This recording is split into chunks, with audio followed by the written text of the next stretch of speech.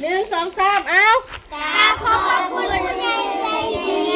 ดีบ้องเฮงลูกบ้องเฮงกราบขอบคุณผู้ใหญ่ใจดีคุณเมย์สนทลาคุณแม่สุนทราคุณพ่อบุญซอบพ่อบุญโชคคุณพ่อมนตรีคุณพ่อมนตรี ข้าน้อยขอกราบขอบพระคุณ ข้าน้อยขอกราบขอบคุณ ยิ้มอุผูปะนะยิ้มอุเดี๋ยวคุกก็แช่งเรียนนะจะเก่านี่ได้มาถ่ายภาพเด็กน้อยอยู่โรงเรียนมาพี่น้องสาวจอยโอเคอ่ะทูจ้าเพทูจ้าจินเด้ถ้ากินก่อนแล้วนี่นะแม่เนาะ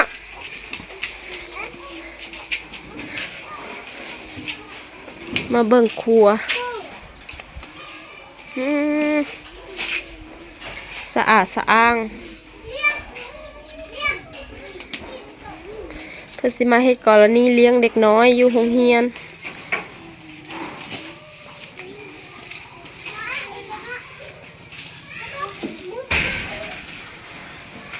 แม่ครัวกวาดจุดจ้าลูกจุดจ้า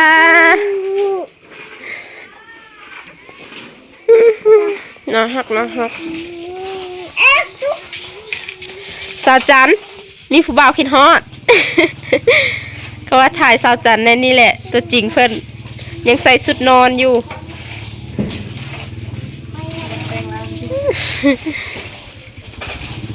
มีคนมาขายมักแตงกราบสบายดีสวัสดีพ่อแม่FC ฟังลาวหรือว่าฟังไทยนะพี่น้องมื้อนี้สาวจอยก็ได้มีโอกาสได้มาเฮ็ดอาหารกลางวันให้น้องๆนักเรียนอยู่ที่บ้านนาดีเมืองมหาไซแขงขมวนมื้อนี้สาวจอยก็ได้เป็นสะพานบุญให้ผู้รักผู้ใหญ่นะพี่น้องเพิ่นอยู่จังหวัดสุรินทร์อำเภอจอมพระจังหวัดสุรินทร์กับคุณพ่อกราบขอบคุณคุณพ่อบุญตรีขอบคุณคุณพ่อบุญซอกคุณแม่สนทราพี่น้องจะต้องกราบขอบมุกขอบใจกราบขอบคุณคนหลายๆที่เพิ่นมาจากประเทศไทยเพื่อมาเยี่ยมมายามน้องๆที่บ้านนาดีเมืองมหาไซของเฮาก็ได้มีผู้รักผู้ใหญ่บริการมาเลี้ยงขนมอยู่ห้างสาวจอยกับเพิ่นอุดหนุนขนมแล้วก็ย่างมาซื้อมามอบทุนนะพี่น้องให้สาวจอยเป็นสะพานบุญให้น้องๆนักเรียนจะต้องกราบขอบคุณเพิ่นหลายๆพี่น้องเลยมื้อนี้สาวจอยก็ได้มาเข้าโรงเรียนที่เรียบร้อยแล้วก็ให้น้องๆเพิ่นเก็บให้เยื่อหรือว่าทำความสะอาดในโรงเรียนนะพี่น้องเนาะน้องๆเพิ่นก็มีความฮักที่ชอบกับรักษาความสะอาดได้พี่น้องนี้สาวจอยกับดีมุกดีใจเฮ้ยน้อยนะต้องรอติดตามเบิ่งอีพีหน้าพี่น้องสาวจอยจะพา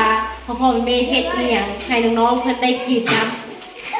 สี่เบิ่ง4 มื้อลูกโอ้ยน้องปูน้องปูผู้ใดที่เป็นในที่หนึ่งนะปูนาคนใดที่ซื้อปูนายกมือโอ้สบายดีกันลูกน้องเรียนเก่งวิชาคณิตศาสตร์ได้ที่เท่าใดที่ 5แล้วผู้ใดได้คณิตศาสตร์ได้ที่ 1ผู้ใดน้องติมโอ้น้องติมเป็นผู้ที่คิดไล่เลขหรือว่าคณิตศาสตร์เป็นน้องเก่งเฮงได้ที่ 1และคนต่อมาคือน้องปูแล้วมีก็ไผ่ไม่ไผ่ได้ที่10มีก็อันนี้จ้ะอันนี้สิเฮ็ดอันนี้ฮะเฮ็ดเนลลินเนี่ยบ่ต้องไปจีบสิเด้อบ่ต้องดื้อ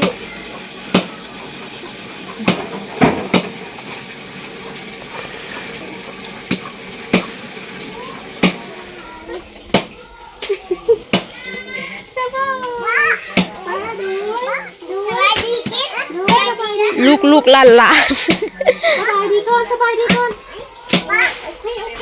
เฮ็ดให้กินให้มันนี่เล่นทุนั่นนี่ให้จ้าทุ เนื้อ ปัดปุ๊บเสร็จมานอนอย่างปุ๊บ ให้มันซุกกันลูกให้มันซุกก่อน คนประเภทไม่ให้เจ้าท แน่แม่แล้ว ซุกกันลูกมันยังดิบอยู่ คือมันตื่น ำเรียกอ่ะ สกี้เห็นไหมชื่อร้ายอีจินเอ้ยน้อง ในครัว 5 ห่อ15,000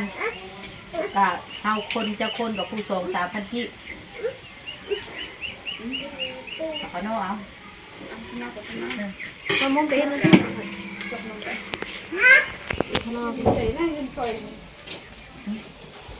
มาแม่มาไปหาออกไปอย่าลิ้นได้จะหน่อยเจ้าอีป้าเฮ็ดกับเจ้ายังให้กินไปออกนอกกันไป ไป ถ่ายไอ้มอนถ่ายรูปไว้ ได้แล้วโอเค ซุมเซลบอยเอ้ยบ่กินเอ้ยกินบ่ได้โอ้น้องได้2ก้อนพู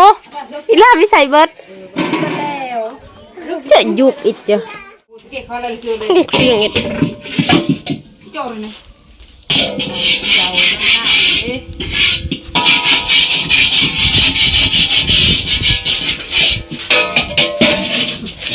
คือบึดคั่วเต็มปีได้ ห้อยอันนั้นได้บ่คั่วก็ได้ก้มคักให้ได้ล่ะเฮาโคยอย่างนั้นมันบ่ได้แม่ก้อยกับเตา มักเผ็ดอันนั้นเนาะมักเผ็ดให้นี่ไม่ค่อยละเจ็บเวียงนะบนสุดเจิงเลยจนเป็นกระปุกกัน บุญงอนบ่ไอ้ใจงอนไอ้บิ๊กซัง กันก็ว่าอยากทางอยากบันนั้นนะคะจักคนสีคาทางบ่ได้ได้คนนั้นมันกับปุ้งเรื่อยๆกับสั่งหอยสั่งกับสูเรื่อย นี่เจ้าบกฆ่ามัน โอ้ เอาเสียมทุบมาหื้นเฮาก็บักหลายๆเฮาเฮ็ดเบิดแล้ว มีจะได้ บ่มีเจ้า อีกบ้างคือจนมัน เบะอะไรเซฟเจ้าอัดเกลือเมื่อกี้ก็กี้นี่ ตึกชิดหน่วย ไปให้โลด เพื่อละกันจังกันไปทอกค่ะ มันคือเจอมันมีจะได้นานนะ ไอ้ดุกเฮกสัตว์มันนั่งเติมเมียแต่อันน่ะ นักกับเสียหญ้ากับครัวเมื่อหัวข้าวพอจิงไข่กับคุดเอาเมื่อกับจุดว่าบ่งจุดเป็นซิป มุกเบาโอ้ย เข้าเบ้าได้น้ำเอง นี่ไปเวียเด้อกันอะไรนี่เปิดไปเดี๋ยวจะตลาดจริงกินอะไรที่ซิปตัวที่โอนไป เอ้ยนายตึกดำตึกปูนชี้ตัวเลย หน้าตาประมาณนี้เลยพี่น้องมันหลายแซ่บขนาดเลย ไก่สาว เริ่มใหญ่เลยพี่น้อง นี่อะไรกันล่ะ อาจารย์เอามุกไทยจอย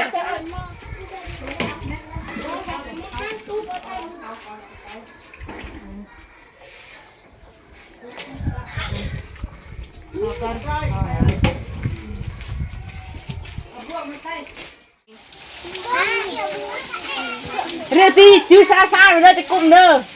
เลยนี่มันง่ายมากเลยง่ายเลย คนละ เจ็ดทีเลยมวยเจ็ดมากไอ้งานเอาทำไมกูเด็ก มาบักเจบักดอก พูดทีเลยต้องยิง อันท็อกได้ แค่ตู้กับมีเด้อแค่ไหนกับพี่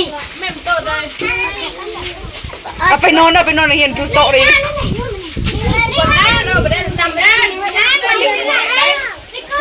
เขาก็ซีมจนลง แค่ไหน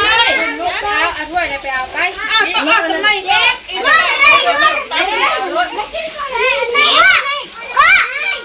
กินก่อนนี่ก่อนเจ๊ว่าเบียร์กับกันเลยกิน อะไรเอ็มเป็นเจ็บต้องนะปลาเบียดจะได้ยังไงเออมันปลาเบียดให้มันเยอะเอา นี่อะไรนี่เอาเสียเขาจะมา เอาได้จะมีนะลูกเดี๋ยวเดี๋ยว1 2 3เอา กราบขอบคุณใจดีใจดี บองเฮงลูกบองเฮง กราบขอบคุณใจดี คุณเมย์สนทลา คุณแม่สุธา คุณพ่อบุญซอบ พ่อคุณพ่อ คุณพ่อมนตรี คุณพ่อลุงศรี ข้าน้อยขอกราบขอบพระคุณ ตาน้อยขอกราบขอบคุณ ที่เลี้ยงอาหารกลางวันน้อง ที่เลี้ยงอาหารกลางวันน้อง ๆกราบขอบพระคุณนะคะ ๆกราบขอบคุณนะคะ บ๊ายบาย